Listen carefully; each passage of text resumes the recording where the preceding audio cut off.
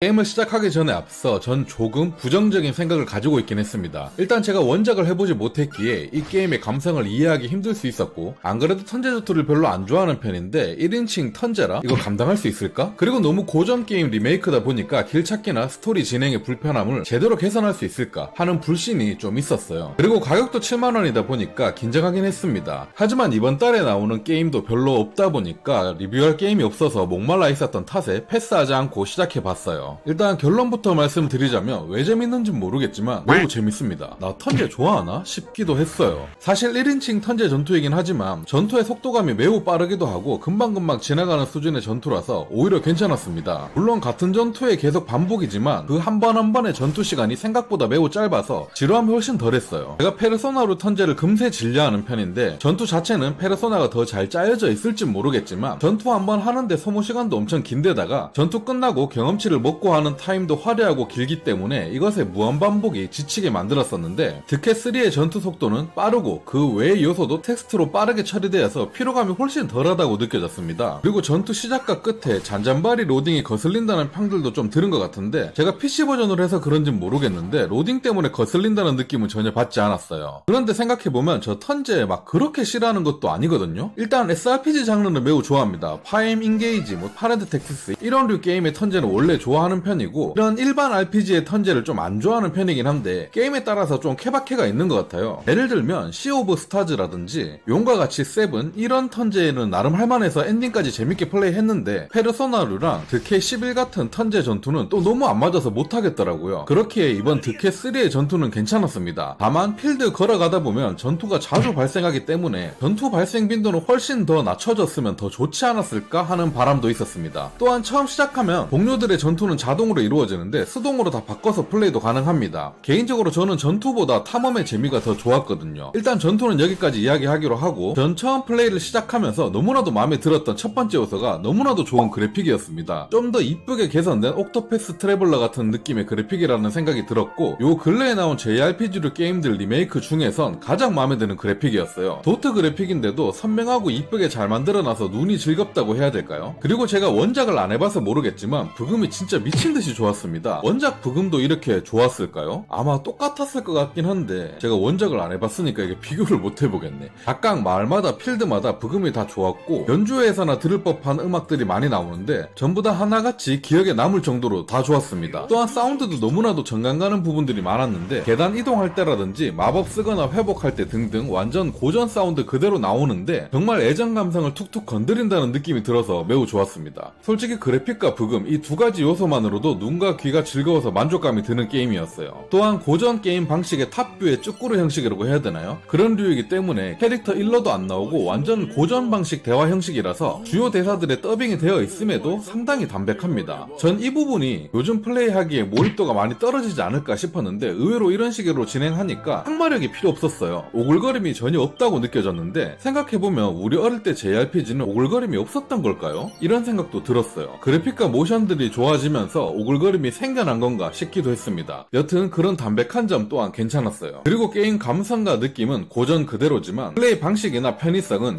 2024년입니다. 옛날 RPG를 할 때 어려운 점이 메인 스토리를 캐릭터들의 대사만 듣고 유추해서 찾아가야 되기 때문인데 길찾기도 정말 어려웠고 어디로 가야 맞는 건지 알기도 힘들었죠. 도트 게임들이 또 그 맛으로 하는 것도 있기에 요즘 게임도 그런 방식으로 채택되어서 종종 나오기도 하고요. 하지만 이 게임의 편의성은 정말 좋았습니다. 스토리 진행할 때마다 지도에서 아주 친절하게 어느 쪽으로 가야 될지 이런 걸 다 표시해주기 때문에 매우 편리하게 막힘없이 플레이 가능합니다. 물론 옵션에서 이 기능을 끌 수도 있고요. 그렇기에 내가 가야 할 곳을 미리 알 수 있어서 가기 전에 탐험을 마음껏 즐길 수 있다는 점 매우 좋았습니다. 보통 탐험하고 싶어서 돌아다니다가 내 의지랑 상관없이 매일 이벤트가 발생해버리는 이런 상황들이 없으니 말이죠. 탐험하는 요소가 정말 쏠쏠해서 좋았어요. 물론 전투가 너무 자주 일어나서 가끔 도망치면서 하기도 했지만 말이죠. 전체적으로 전 만족스럽고 잘 만든 리메이크 같았습니다. 전투가 너무 자주 일어난다든가 검열 이슈도 있어서 단점이 없는 것만은 아닌 게임입니다. 하지만 저에게 있어서 재밌는 요소가 좀 더 많았던 게임인 것 같아요. 이 게임의 원작이 정말 옛날에 출시한 것 같던데 진짜 대단하다고 느껴졌습니다. 그 당시에 얼마나 말도 안 되게 재밌는 게임이었을까요? 그리고 이 게임을 계속 플레이하다 보면서 문득 이런 생각이 들었습니다. 크로노 트리거도 이렇게 리메이크 해주면 얼마나 개박살 날까? 제가 얼마 전에 크로노 트리거를 한 10시간가량 플레이했었는데 너무나 재밌었는데 너무 고전이다 보니까 길 헤매고 이런 것 것 때문에 공략을 계속 보면서 해야 되는 게 좀 힘들어서 피로했거든요. 진짜 이런 식으로 리메이크 해준다면 너무 좋을 것 같아요. 심지어 스퀘어 에닉스라 충분히 가능성 있지 않을까요? 득해3를 재밌게 즐기면서 크로노 트리거도 기다리고 있겠습니다. 아, 그리고 팔콤 형님들도 이런 게임을 보고 삘 받으셔서 영웅전설 가가부 시리즈도 이런 식으로 리메이크 해준다면 너무나도 감사할 것 같습니다.